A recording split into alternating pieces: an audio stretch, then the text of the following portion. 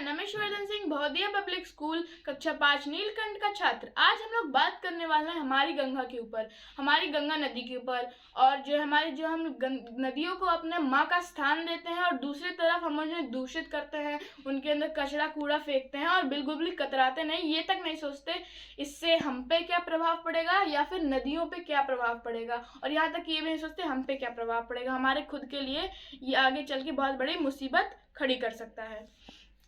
फिर पहले इस वीडियो में हम बात करने वाले हैं, पहले हम बात करेंगे जो है उसकी सांस्कृतिक महत्व की गंगा का, और फिर आर्थिक महत्व भी जानेंगे उसका। और पहले हम जानेंगे कि थोड़ी जानकारी ले लेंगे सबसे पहले गंगा के बारे में।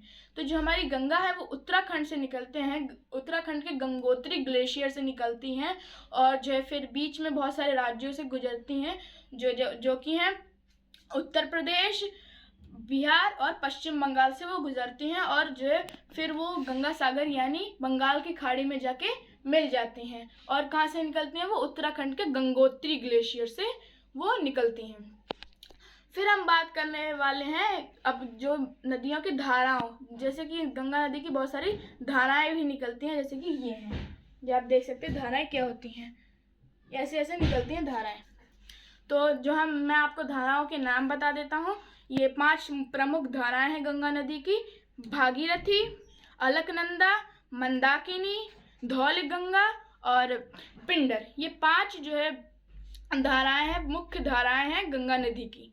और जो है इसका जो है हम सांस्कृतिक महत्व और भी समझ लेते हैं, सांस्कृतिक महत्व इसका और भी क्या क्या होता है। सांस्कृतिक महत्व ये है कि जो है बहुत लोग इसमें नहाने जाते हैं और स्नान करने जाते हैं, सोचते हैं कि यहाँ पे, सोचते क्या है, ये मान्यता है कि जो है यहाँ पे गंगा नदी से स्नान करने का जो है पाप सारे उनके धुल जाते हैं। और लोग ये तक कहते हैं कि जो है जब जो है हमारी डेथ हो जाए तो हम जो है हमारी जो अस्थियाँ हैं वो गंगा नदी में ही बहाई जाए और इससे मोक्ष प्राप्ति होती है। लोग ये भी कहते हैं, ये भी सांस्कृतिक एक महत्व है।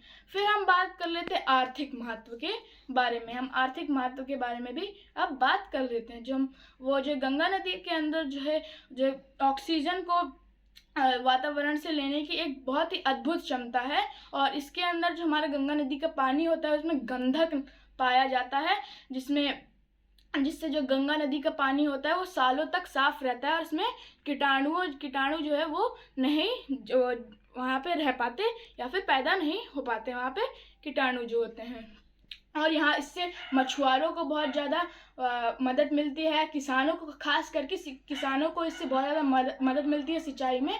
और जो है विद्युत उपकरणों से भी इसको ये जो है वो जरूरी है। और पर्यटन भी यहाँ पे बहुत ज़्यादा आते हैं। आपने सुना ही होगा अभी महाकुंभ चल रहा है, तो वहाँ पे बहुत सारे पर्यटन आए हैं और जो गंगा नदी में स्नान करने के लिए आए हैं। और वहाँ पे आप जानते होंगे प्रयागराज में त्रिवेणी संगम है। त्रिवेणी संगम में 3 नदियाँ हैं, वो है सरस्वती, गंगा और यमुना। ये 3 नदियाँ हैं जो त्रिवेणी संगम में। तो मैंने आपको ये भी बता दिया। फिर हम बात कर लेते हैं जो हमारी गंगा नदी है उसके तट पर 3 बड़े शहर हैं जिनका सांस्कृतिक महत्व भी है और जिनका आर्थिक महत्व तो उससे भी ज़्यादा है, जैसे कि हरिद्वार हो गए, प्रयागराज हो गए और काशी। ये 3 शहर गंगा जी के तट पर मौजूद हैं और इनका सांस्कृतिक महत्व तो आप जानते ही होंगे कितना ज़्यादा है। तो हम गंगा नदी की लंबाई के बारे में भी बात कर लेते हैं। जो गंगा नदी है वो हमारी 2525 किलोमीटर लंबी है हमारी गंगा नदी। मान्यता ये भी है कि राम जी के पूर्वज भागीरथ जी ने ही गंगा जी को धरती पे लाया था। और इससे जो हम लोग कचरा फैलाते हैं जो गंगा नदियों में, यहाँ तक कि सारी नदियों में हम आजकल कचरा फेंक रहे हैं और बिल्कुल भी कतराते नहीं हैं। इससे क्या प्रभाव पड़ेगा? इससे जो हम पहले तो वहाँ की सुंदरता खराब होगी, दूसरा वहाँ का पानी दूषित होगा, और तीसरा वहाँ के जो आसपास के शहर हैं उनको सही से पानी नहीं मिलेगा और उनकी सुंदरता भी खराब होगी, जिससे बहुत सारी बीमारियाँ फैल सकती हैं। पानी, जो गंदा पानी अगर कोई पिएगा तो उससे बीमारियां तो फैलेंगी ही, ये तो है ही। और जो हमारी एक सरकार जो है वो भारत सरकार, वो एक योजना लाई है नमामि गंगे नाम की। नमामि गंगे नाम की जो ये एक योजना लाई है, इसमें जो है गुरुत्वाकर्षण के बल से जो है सारा कुछ कूड़ा कचरा एक कुंड में जमा किया जाएगा और वहाँ पे उसको साफ किया जाएगा या फिर ख़त्म किया जाएगा।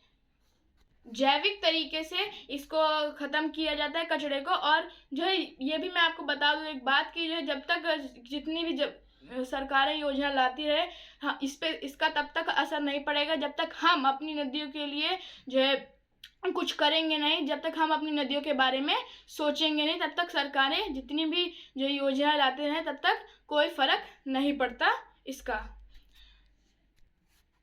तो अगर हम ऐसा नहीं करेंगे तो वो दिन भी दूर नहीं जहाँ पे मछलियों से ज़्यादा प्लास्टिक हम लोग जो है लेंगे। और अभी लग रहा है कि 20-20 साल में ऐसा होने ही वाला है जहाँ पे मछलियों से ज़्यादा प्लास्टिक समुद्रों से और नदियों से निकलेगा। धन्यवाद।